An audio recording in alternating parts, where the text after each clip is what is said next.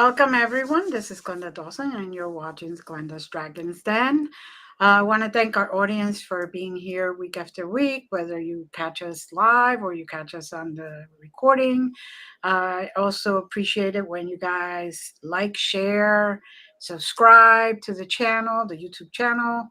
And, the more you share, the more people can watch and learn about different things, different opinions, different points of view, different perspectives. Today we have a phenomenal guest.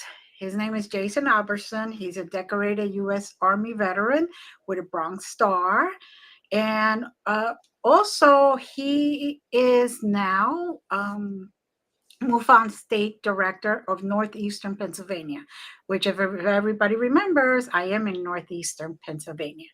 So, just wanted to say welcome. Jason, how are you? Hey, I'm doing great. How are you doing, Glenda? I'm doing fantastic. I do Got want to correct you on one thing, though. I'm Okay. a section state director. Okay. I wish I was the director of Pennsylvania. I'd have a lot more things I'd be doing. Well, maybe this show will get you there. It's like projecting and wishing, right? There you go. Setting that intention. So, first of all, I do want to thank you for your service. Thank you, ma'am. That's hard, and you really did a lot while you were in there. So we all appreciate that, and we're glad that you're back safe. Glad to be back. So tell us all about yourself. Well, as Glenda said, my name is Jason Albertson. Everybody calls me Jay. I'm a retired Army sergeant and a Bronze Star recipient. During my time in service, I specialized in CBRNE operations. That's chemical, biological, radiological, nuclear, and explosive defense. And I led large-scale operations across Iraq, Germany, and stateside. I trained over 5,000 soldiers and managed millions of dollars in equipment with zero losses. And my mission's always been about the same thing. It's been about protection, about truth, leadership. That hasn't changed. That's pretty much what got me going and MUFON and forward. But leading on to what got me here, at 7 years old, I actually had my first experience. I had a mechanical eyeball that came out from underneath of my bed and opened up and looked at me. I screamed. My parents came in, said, you're imagining things. It's not real. Nothing's wrong. Then I find out years later that they knew that this house was haunted. That somebody had passed away in the house. And I was like, oh, wonderful. So you're telling me I'm crazy at 7, but it's true. So I'm seeing these things in my room. Mm-hmm. And my parents told me when I was growing up enough, they said, we can never leave your bedroom. I was like, what are you talking about? They said, we had to low crawl out of your bedroom so you couldn't see us, so that you would think we were still sleeping on the floor.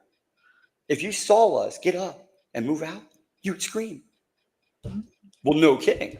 I want that thing to come back in my room. So after that experience, we had moved out of that house. We had actually switched houses. My dad's mother lived up on top of the hill in Millville, where we grew up, and beautiful house, lots of land. We switched houses because my grandma was like, kids need land. Kids need, go out in the woods, go play. You're in the town. I'll just trade houses with you. I don't need that much. And my dad said, okay. We traded houses. I went up there on top of the hill, and numerous things started to happen. It was, and I've got pictures, but I'll show them later, when I actually find those pictures. I have pictures of albino deer, pure white. But normally you see like one in your lifetime. Right. There was 4 in this flock of deer that was up by our property up there. And I thought that was strange. You know, we're taking pictures of them. Then my mom and I, this is when I was 16, my dad didn't allow us to smoke in the house, you know, cigarettes in the house. Right. And my mom said, well, if you're going to smoke and you abide by your dad's rules, you have to do it outside. I said, no problem. I will absolutely do that. So I never smoked in the house. I always smoked outside. And me and my mom, you know, looked up at the clock on our way out. We were like, up 6:30, you know, great. Let's go outside. And I can come in, listen to some music, and, you know, just downtime before school Right. the next day, you know. And so we're outside, and I'm looking up at the sky, and I'm looking over this mountain off to my left, and I see this little dot, this little light in the sky, a little ball. And then it shined a light on the hillside on the back there, and I was like, oh, I started laughing with my mom. You know, I said, look, Mom, you know, the cops are out looking for somebody. I said, you know, in the field back there. And she's like, oh, you're imagining thing. Look at that, like it's a spotlight. That's what it looked like. It looked like a helicopter with a spotlight. Boy, was I wrong. So it goes from the top of that hill to the top of us within like seconds, milliseconds. And I'm looking at this thing up in the sky, and it's this beam comes down.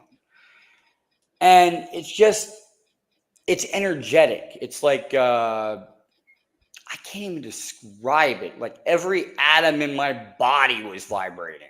Right. And it wasn't a bad vibrate. But, you know, it stopped, and, you know, we're sitting there and we still have our cigarette in our hands, and I look up and the light stops and it's gone. And I'm like, did you just? She's like, I saw it. Let's go talk to your dad and find out what it was. So, Right. okay. All right. We can do that. I went inside. As soon as we walked inside, my mom, we're walking past the same clock. It's 2 hours later. Now it's 8:30. Wow. I'm like, because my mom yelled at me as I'm going past, and she's like, Jason, it's 8:30. It's time for bed. I'm like, but no.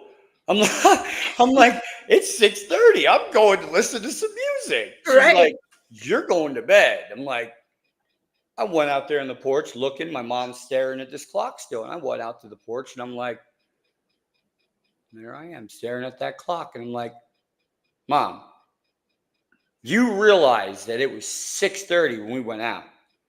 She's like, yeah, I know. I'm like, so how did 2 hours went by with one cigarette in our hand. And we put it out when we came in.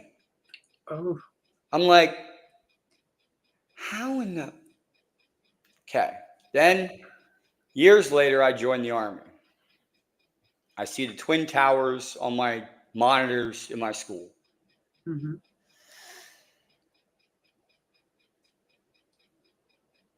And a buddy of mine was in the towers. So for him, I joined. And for everybody else that couldn't. Right. I was going to make sure it was not going to happen on my watch. Right. So then, getting out of that sad story, I joined the Army. I went to Fort Leonard Wood, Missouri for chemical training, OSIT. That was in 2003. Normally, you don't get your first duty station, and my first duty station I picked was Germany, and I got it. Okay. I was with the 130th Combat Engineer Battalion out of Hanau, Germany. and we were under INSCOM. That's pretty much INSCOM. Think of military intelligence in the United States, but in Europe. Okay. So we were under INSCOM, and that is how we actually got into high value target convoys, and how I got trained up in the first place was because of that unit. Okay. Great group of guys. But we went to Iraq. That was 2006 to 2007. Mm-hmm. We were the Praetorian Guard, tip of the spear. Mm-hmm. But we did high value target, like I said. So all we did really, we would transport individuals with high rank throughout the countryside. They wanted to see progress on construction efforts, school missions, military efforts, anything. And we would kind of be his like personal kind of escort. Okay. When we were in Iraq, I was in, let's see, we were in Camp Liberty, Mm-hmm. and that was in Baghdad. And then after that, which Baghdad was kind of a jumbled mess of different FOBs, different bases, because Mm-hmm. it's like a circle inside of a circle inside of a circle inside of a circle. Okay. And the end, you have the protection on the outside. Right. Then you have the soldiers that are just resting on the inside.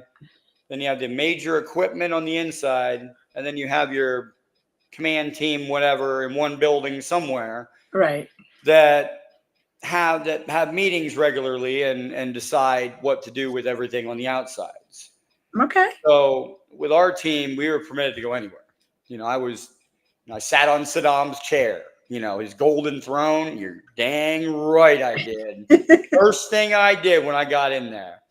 We had the passes and everything, the crystal chandeliers and everything, all like that. Oh my gosh. Oof.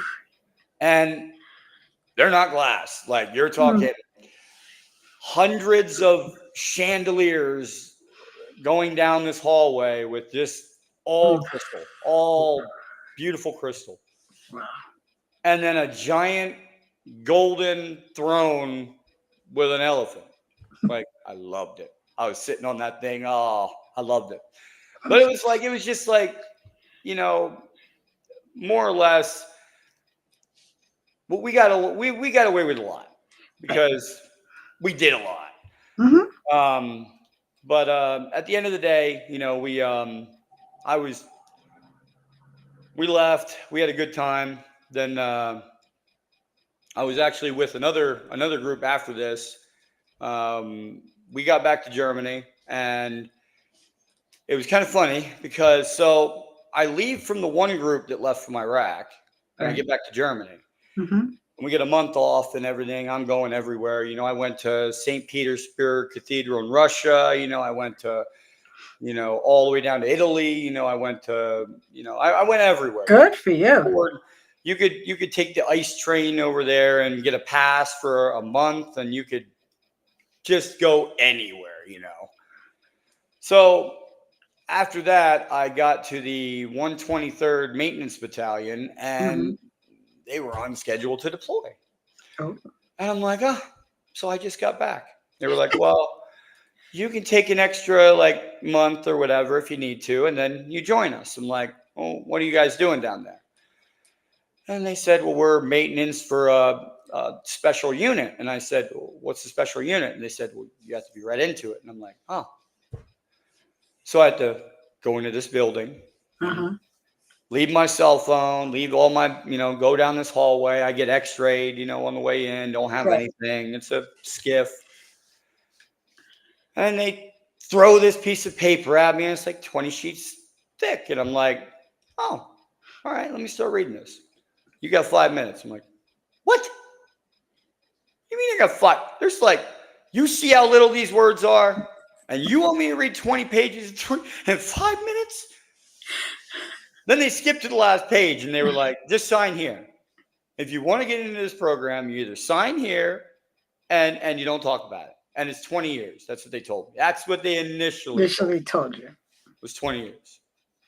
Then I signed. Of course I did. I wanted to try to make a difference. Right. So that part of my life I can't talk about. So we'll skip that. Right. But I just want to say that the only thing I will say is that there's two types of programs out there.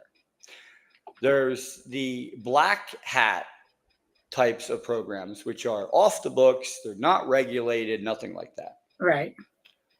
I myself was not privy to that. Okay. I was under oversight, and it was a secret operation. Okay. So we had oversight.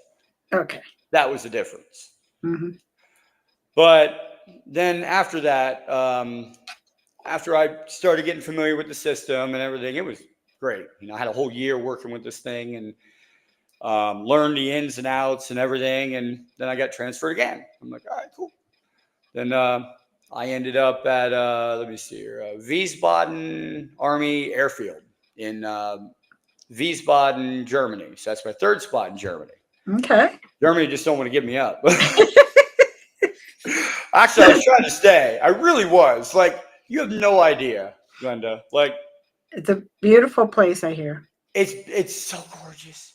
And it's not about like everybody's thinking, oh man, this guy, he's a soldier. He went out to the bars and partied. No, like I loved it. Like the scenery, the people were so nice and friendly, and I got along with everybody. I didn't get along with like not one person. Mm-hmm. And it was great. So yeah, I wanted to stay, but normally it's 3 years. It's a 3-year tour of overseas duty, and then you come back. Right. Me, I had 9 years. Ooh, okay. I kept jumping from unit to unit. I was like, my last unit came back, you know, the 123rd, and they were like, well, now you got to go back stateside. And I'm like, watch this. So I started contacting units around Germany, and I was like, do you need a chemical officer? And they were like, we certainly do. And I'm like, do you mind transferring me over there? And then all of a sudden the next day I come down with orders and I go to the next one. There you go. And I get another 3 years in Germany. So I held out as long as I could, but they said after those 9 years, they said, you got to go. Like, you got to go stateside. You don't even have 1 year stateside other than your training. I'm like, okay, fine. So I ended up going to Fort Bragg, North Carolina, being part of the 130th. What was it? I got to remember. 130th Chemical Support Battalion. Okay. So then I'm there, and they're actually just getting back from their airborne status and everything. So, and all of this, and then I'm mitigating, I'm integrating with this unit, and I'm like, oh my God, like this unit just got back from deployment. Right. Awesome. Then 3 years, you know, of this unit was pretty much me learning the core basics of my job all over again was at this unit, and I loved it. Okay. I loved being there. It didn't see combat when I was there, but I learned a lot, and I took it with me. Then after that, you know, beautifully enough, I went down to El Paso, Texas. Okay. And in El Paso, Texas, if I can actually get my notes here to actually, there it is. I ended up at the 204th MI Aerial Reconnaissance Unit Battalion. Okay. Aerial Reconnaissance Battalion. So what we did was and I just don't know. I just kept, you see my military career. I just keep going from intelligence agency to intelligence agency. And I'm like, right. I'm like getting passed around like butter. So, so man of many hats. So then we start, when I was in Iraq, I had knowledge on, the aerostat system, and which is it's a floating intelligence gathering instrument. And that's pretty much all I could say about that. It's the aerostat. So I have, you can look it up at least. It's not classified or anything. Right. So you can look up what it is, but aerostat system. And then I moved from that, and from that system moved back to Germany and around those units, back to Bragg. Then back to the 204th Military Intelligence Aerial Reconnaissance Unit. A lot of words. So I was a chemical officer for them as well. Now, learned a lot there as well, especially with camera instrumentation. We pretty much did geo photographs from a surveillance aircraft, like 10 mile, or no, not 10 miles, like a mile up, 2 miles up, whatever. We do like maybe a mile and a half mile. We do a strafe. We do a run, and we would sit there and we would take pictures. And we had a contract with South America. Okay. We were trying to get all the bad things that grow out there to burn. So what we did was we jumped in the plane, fueled up, went up. We geolocated every single one. We had a team on the ground as well. So either I was on the team on the ground and we were burning the crops, and I was the chemical officer there, because I'd be the one, if any of them got exposed to anything we were doing. Right. That I'd be the one to treat them. Right. Okay. So I'd mostly be on the ground. Sometimes I was in the air, but mostly when the winds are going one direction and not being kooky with us. But we had a couple instances, but it wasn't as bad as everybody thinks. It's one thing to actually do the substance, and it's another thing to actually just sit there and let it blow over you. Right. It is a contact, but it's not what you think. It won't last forever. Right. But anyway, so, elevated heart rates, whatever, was, mostly sweating, profuse, vomiting, whatever. And we'd have them in the back, and they'd be fine. But most of the time we'd go when the wind was going strong in one direction, and we'd be like, perfect day. Go up, locate. Here it is. The ground team goes in, starts the field on fire. Right. The ground team backs off. Then they go to the sides of it, though, with the water trucks. Because, yes, you want to maintain fire. Yes. But we're thinking, because we're not, you think ahead. You don't want the whole forest to burn down. Right. We're only trying to burn this. Right. Water trucks, they take out, and they start as soon as that is lit, or before, they're already spraying the sides of those trees. Okay. Right by that field. Good. So by the time that field is up, it's charred, but it's livable. It's not. Right. Then after that, 123rd or 204th. Then after the 204th, I had a bit of a conundrum in my. I guess I saw the bad that can come from leadership in the unit, and it wasn't anybody's fault in the unit that I was in. I will say that. No fault for them. It was in a separate unit that was attached to us. And what happened was, now masks have the containers that you screw onto the side. Right. Those containers are full of what's called charcoal. It's activated charcoal. Right. Okay. So what happens is it doesn't activate until something goes through that filter. Right. Once smoke or any kind of substance starts to flow through that filter, other than oxygen, Right. It will. Yes, it starts to break down that carbon. It's activated carbon, Mm-hmm. and it starts to break it down, and the carbon doesn't really hurt us or anything, but it helps us because it filters out all those nasty gases and stuff that we don't want to breathe in. Right. Well, the unit that was attached to us, they had a fire in the building. Okay. Mm-hmm. That's where it started. I am the chemical officer in charge of the entire, there's a battalion. Right. And then there's me. Mm-hmm. And then there's Alpha, Bravo, Charlie, and Delta Company.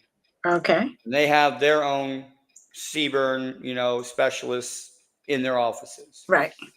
I'm the one that's supposed to give them the training. They're the one that's supposed to put it out. Right. So this fire happens. And immediately in my head, I'm thinking, there might be a problem here. And I contacted the NCO that was non-commissioned officer that was in charge of that room. And I said, when that fire was going on in that building, how close did that fire get to those filters? Because they were in his room. Right. The fire happened in the supply office down there, but the smoke filled the entire building. Right. Yeah. So those mask filters are junk because you have to get new ones now. You can't let soldiers wear them, obviously. Mm-hmm. So I'm pitching a fuss. Big fuss. And I'm like, I'm a sergeant. He is a staff sergeant. Now, in the Army, you can work one rank higher, I believe, or two ranks higher, one rank lower in your position where it was held. Right.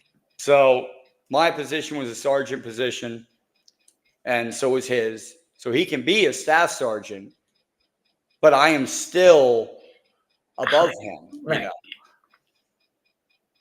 So I ask him and I say, did you ever get those filters tested at, maybe on the medical side, on WOMAC? WOMAC Medical Center was down there in El Paso, Texas. I said, you ever get it tested down there? No, never. I'm like, okay. So I found out he had a training coming up. I was like, I kept asking him. I'm like, you ever get it tested? No, not yet. I'm like, okay. Well, I got a key to his room. Mm-hmm. So at night, I went in there. Mm-hmm. I grabbed one of the filters. And I took it to preventative medicine on base, because you have to go from Fort Bliss. You leave Fort Bliss, and the hospital is like on top of this hill, and you have to go in the gate again. Right. So I'm going in the gate again, and I've got this filter, and I'm like, I wonder what I know. I know my intelligence isn't lacking in this, But it just makes sense. Makes sense. So I take this mask, this filter to preventative medicine. And I'm like, I just have a question for you. Has anybody ever came to you with this specific problem? Mm-hmm. Nope. I'm the only one. So I'm the first one. I'm like, okay, good. So here's the filter. Tell me what happened. Tell me, all I want to know is, can you tell me how much of the carbon is left in here and if it's breaking down already? Right. Because they're brand new filters. If it's breaking down already, there's a problem. Exactly. So it's in there. Weeks go by. I'm like, oh my God, come on. His training happens. I'm like, dude, I'll give you all of my mask filters in my room. All of them. Just don't use those filters. Right. He didn't listen. Mm-hmm. So we have what's called the gas chamber. It's you go in, they put CS, in a little cup, and a little gas comes up, and Right. to test the filters and to test the mask to make sure it's working right. So every single one of them 155 soldiers go in there. Their mask is completely not working. It's at 0%. And they breathe in 100% of CS gas and are puking in their masks. And they run out the back of the chamber. About all of them, too. Preventative medicine then. But I still didn't get a call back. I'm like, the next day, I'm like, this staff sergeant calls me up and it's like, hey, I just want to tell you, if anything comes down, I tried to listen to you. I'm like, what do you mean you tried to listen? You put them in risk. I said, I'm not. I said, I am not going to save your bacon. I said, it's not going to happen. So, a few days go by. This is the funny part. A few days go by. So I'm in my office in the higher headquarters. And there's a long hallway that goes down, from my office, and it goes and it splits into like the commander's on the run side and the first sergeant is on the other, and they have their own offices and stuff in the front. And all I hear is, Sergeant Albertson, get your ass up here. I'm like, oh boy. Oh, what did I do? So I run up the hallway. I run into my first sergeant's office. I'm like, yes, First Sergeant. He's like, I want you to tell me why I have a 4-star general on this phone asking for you. I said, where? Where are they from? He said, this is the general of the hospital at Womack. I'm like, what? And he puts it on mute. And he goes, what did you do? I said, oh, no. I did the right thing. I said, no, don't put this on me. Right. I said, that was that staff sergeant that didn't listen to me. He probably found out through preventative medicine that works for him. Right. That this soldier came in with this problem and he was ignored. And that's what happened. So I get this call and it was great. Oh my God. Wonderful news. Every soldier in that unit, in their medical file now, has a little slip of paper that says they were exposed to extreme high doses of CS gas in an enclosed environment, and they're allowed to seek medical attention through the VA after they get out. That was me. But that made me realize that I was not in the right position to start to make change. And then fate happened.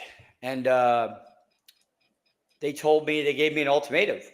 And they said, all right, Jason, you had 15 years. Now your knee is messed up. You got, I got a head injury over here that's covered up, thank God. But I had a piece of metal come in and hit me over here, and it went underneath the skin. I had a piece of metal come in and hit me underneath the kneecap, and it was sticking out. But that was the one. That was when I actually got the Bronze Star. That was what I got it for. Heroism under fire. When my vehicle had flipped over. The general in the back, he was a 3-star. He was knocked out, and I drug him back. Okay. He went on fire. I drug him back. That's all I did. I did my job. I wasn't expecting the Bronze Star, right? But I got it. And I appreciate that, people saw what I did. Right.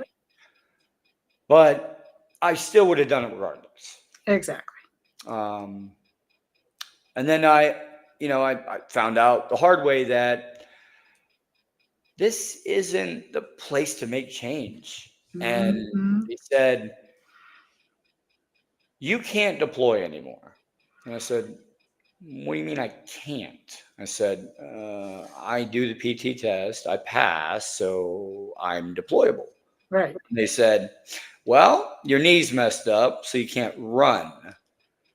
Head's messed up, and you got PTSD, and you got anxiety. And they were like, you either need to calm your butt down and stop doing all this stuff, or you need to take a voluntary retirement, Okay.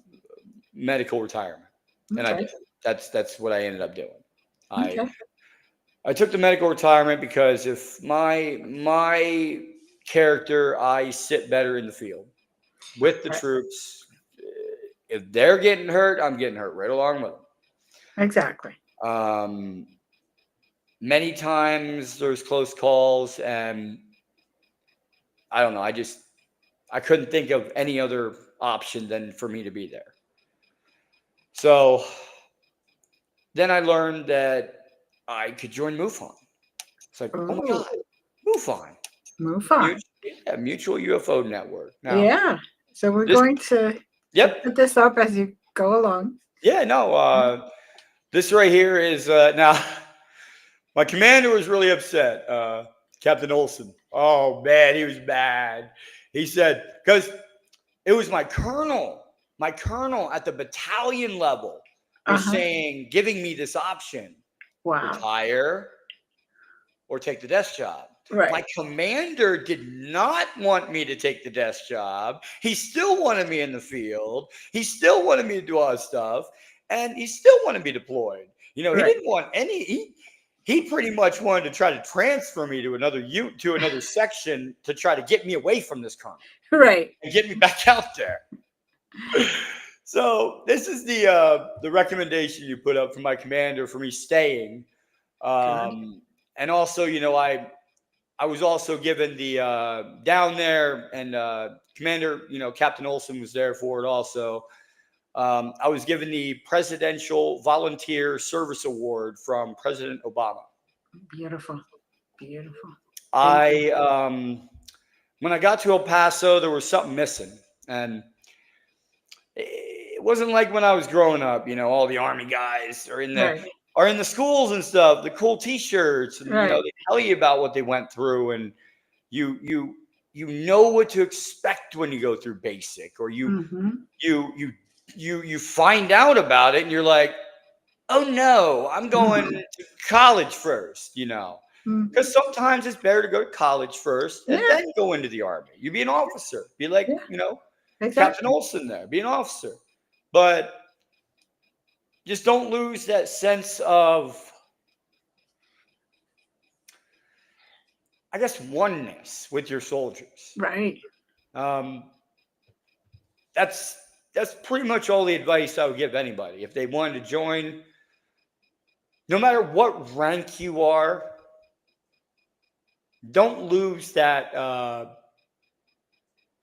spark that you got with your soldiers.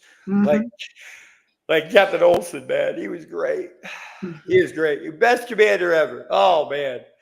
So after he attempted and failed, now this is only one. He put in two more, 2 months at a time. He put him in.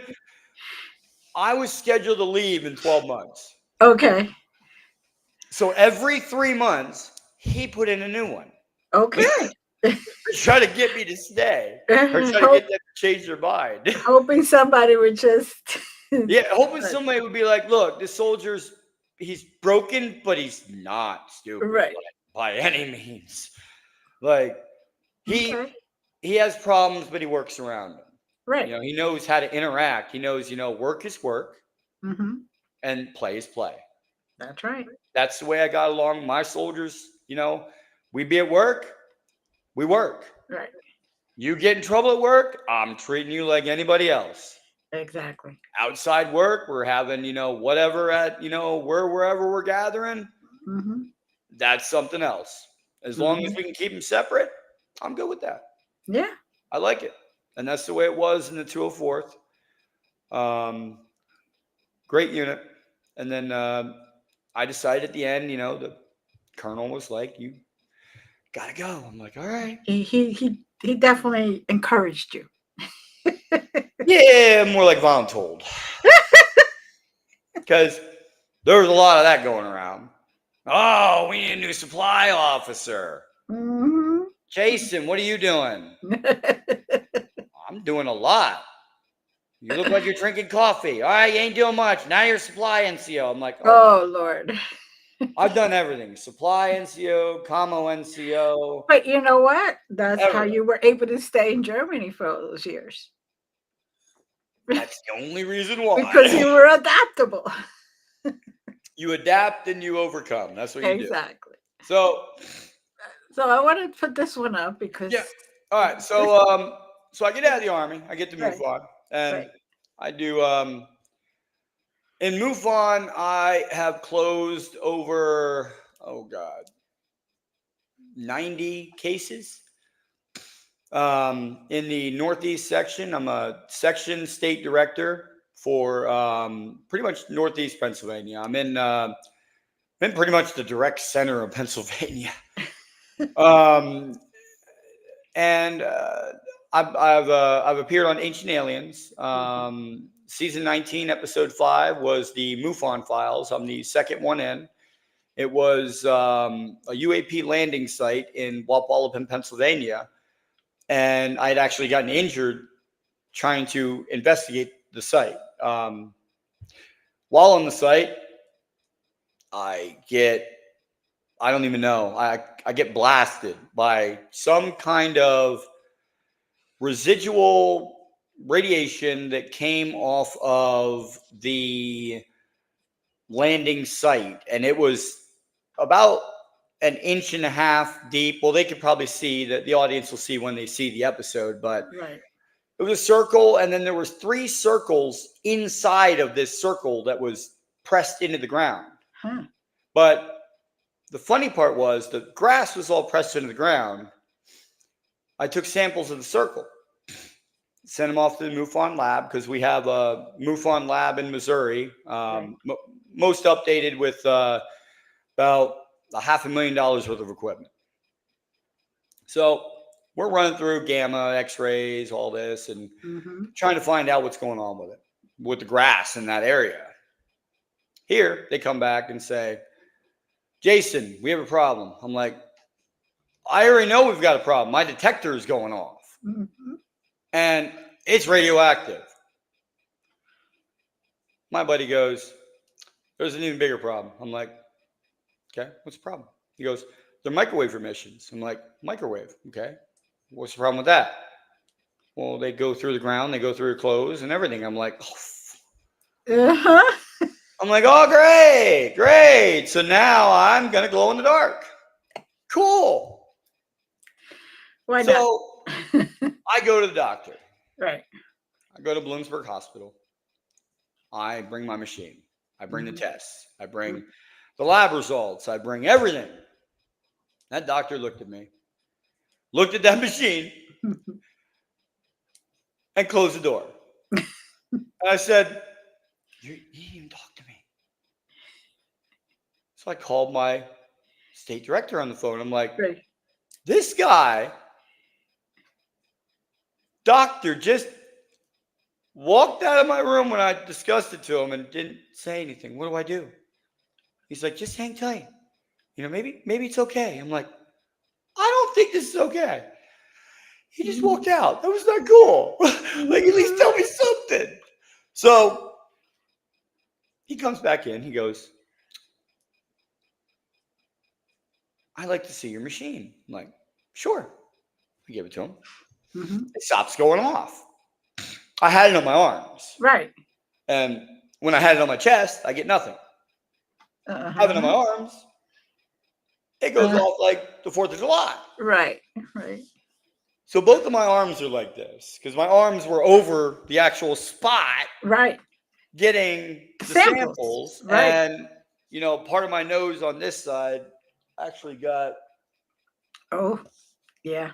burned. And it won't go away. It keeps coming back. It'll, like, even the spots on my arms, same spots. They will come back, heal. The center of it will fall out. And then it'll just be a little ring. And then it'll heal. And it'll be skin again. And it'll be soft and everything. 2 months will go by. And it'll come back again radically. I'm like, what is going on? He goes, you took in a lot of microwave radiation from either gamma or something. And I was like, all right. Then we get the samples back from the soil.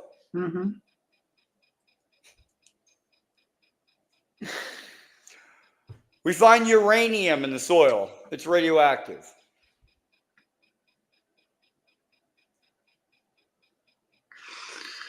Oh, boy. So the microwave emissions came in, reacted with the heavy elements that were in the ground, including thorium, lead, copper, arsenic. We found all this in the ground. And very, very not so good, we found elevated pH levels in the guy's well, in his actual well. He found lead in his well water after this thing came down. So now we having a problem there too. Him and his wife are on the bigger side. And now I look into it. Did you know that ingesting heavy metals actually makes people obese? So we correlate all this together. This doctor leaves. And I got my state director on the phone. I'm like, what do I do? He's like, just wait, hold on. Doctor comes back in. Let me see your detector. Right. He goes up my arms. My arms are beeping really bad. He goes, goes on my body, nothing. My head, nothing. My arms, everything, just my arms. I'm like, okay. So what is this? He goes, Then he saw the spots on my arms. He goes, I'm like, listen, if you say it's freaking bug bites, I'm going to punch you right in the nose. Not literally, but I was thinking that in my head. Right. And this guy comes back with non-specific skin eruption. I'm like, what? That's the same thing as being hit with EMF, with electromagnetic frequency on my arms. You're saying I got hit with it, but you're saying it in a different way. Okay. Cool. Then this comes. This you're showing now. And I was asked to go on a podcast like I was yours. And I asked him and I said, listen, I really want to discuss this. It wasn't black hat. It was white hat stuff. I didn't do anything illegal.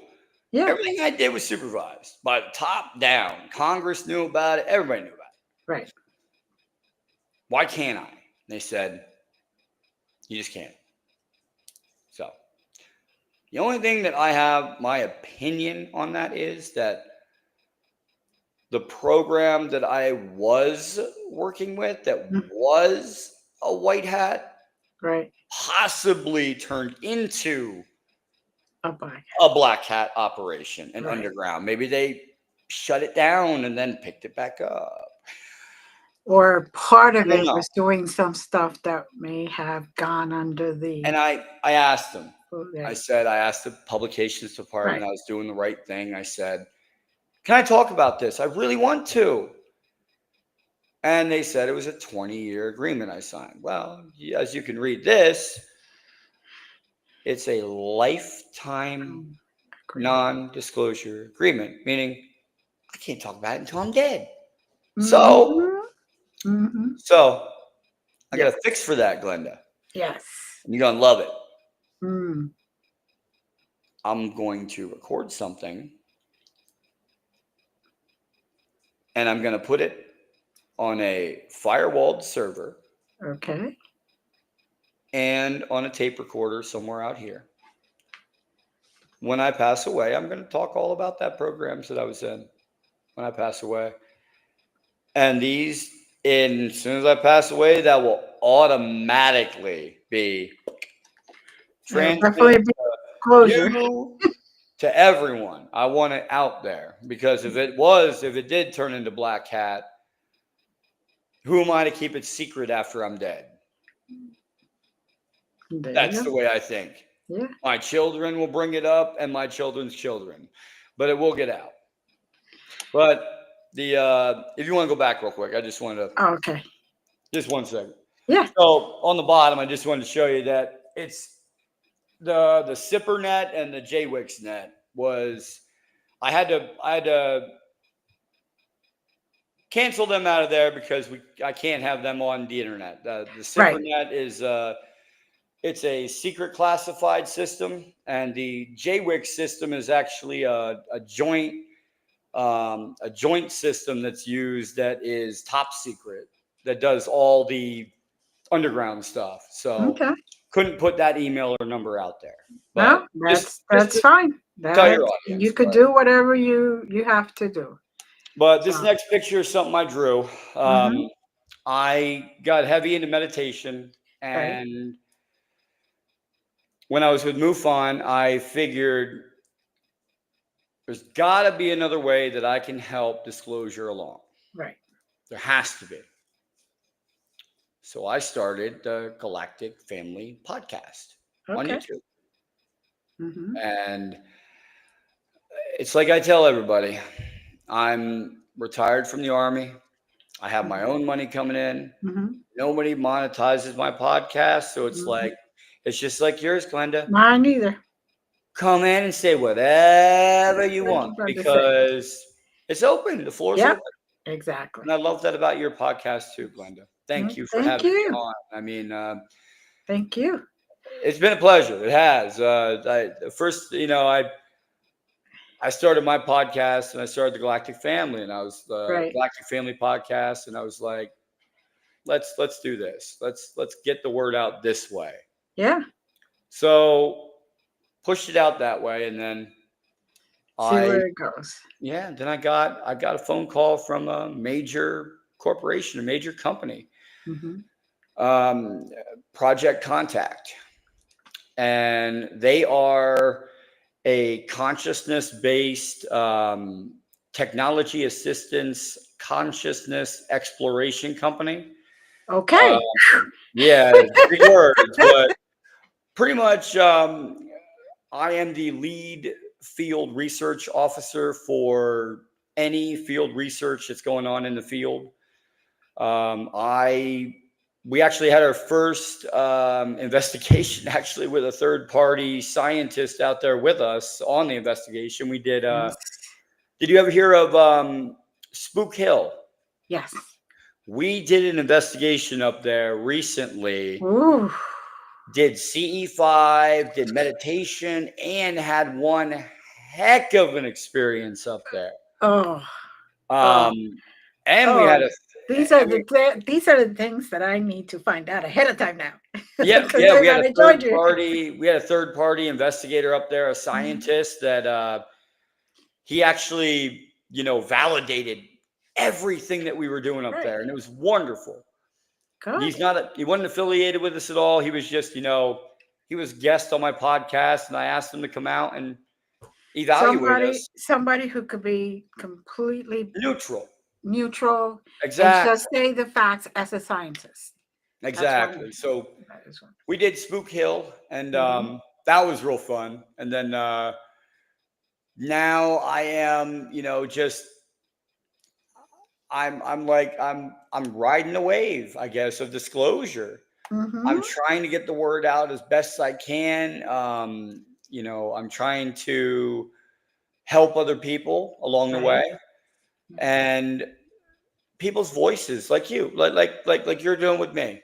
You know, people that don't get heard very often, that their voices do mean something. Yes. Their story has value and meaning behind it, and I thank you, you know, for letting me on here to tell it. Thank you. I was so blessed to see and grateful to see when you say yes, I'll do it. I was like, yes. Yeah, yeah, it's awesome because I watched a couple, like I said, of your podcasts, and Right. they're exactly the same as mine.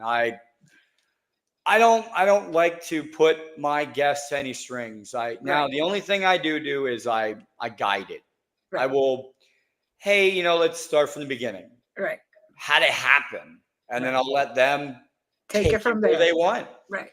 Exactly. You know, I'll have 150 questions written down or something, but wherever the conversation goes, I can just pick out of And those questions. that's like me. I review everything and I say, okay, this is a good question.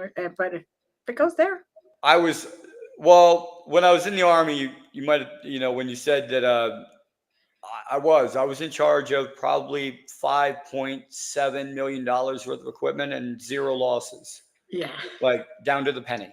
you had to. So You had to be. I'm very, very meticulous when I Right. plan stuff out. Like, but not with the Galactic Family. Actually, it was that was actually spur of the moment. I did a CE5 contact session, and maybe I'll share it with you after this so you have a better understanding, but it's a little private to share right now. Of course.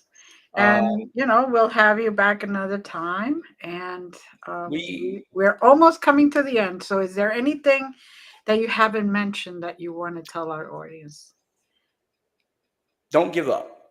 Don't give up on your dream. Don't give up on your aspirations.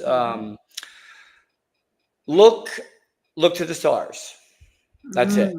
Look to the stars, because in there you will find meaning. And that would be my advice for anyone. That's beautiful. That is beautiful.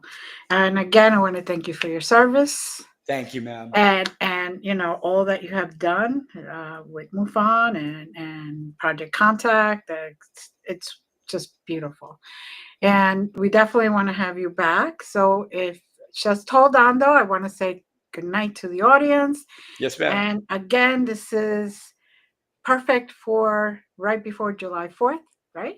To have a soldier talk about all his experiences. And we thank you very much. We thank the audience, and we love you. And we'll see you next Wednesday at 9 p.m. Eastern. Bye.